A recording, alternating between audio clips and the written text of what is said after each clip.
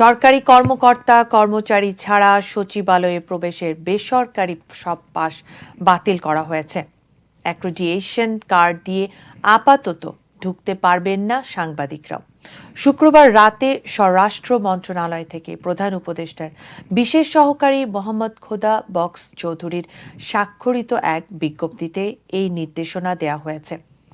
বিজ্ঞপ্তিতে বলা হয়, বাংলাদেশ সচিবালয়ের সার্বিক নিরাপত্তা বৃদ্ধির স্বার্থে সচিবালয়ে কর্মরত কর্মকর্তা কর্মচারীদের অনুকূলে ইস্যুকৃত স্থায়ী প্রবেশ পাস এবং সরকারি কর্মকর্তা কর্মচারীদের জন্য ইস্যুকৃত অস্থায়ী প্রবেশ পাস ব্যতীত সব ধরনের অস্থায়ী সচিবালয়ে প্রবেশ পাস বাতিল করা হলো। বিজ্ঞপ্তিতে আরও বলা হয়, সাংবাদিকদের অনুকূলে ইস্যুকৃত অ্যাক্রেডিটেশন কার্ড দ্বারা সচিবালয়ে প্রবেশাধিকার পরবর্তী নির্দেশ না দেওয়া পর্যন্ত এত দ্বারা বাতিল করা হলো।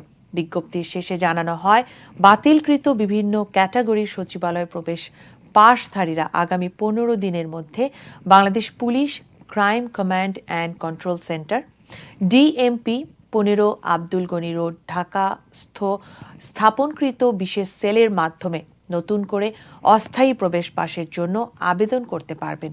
সচিবালয়ে অগ্নিকাণ্ডের ঘটনায় উদ্ভূত পরিস্থিতিতে সচিবালয়ের নিরাপত্তা বিঘ্নিত হওয়ার পরিপ্রেক্ষিতে এই আদেশ জারি করা হলো।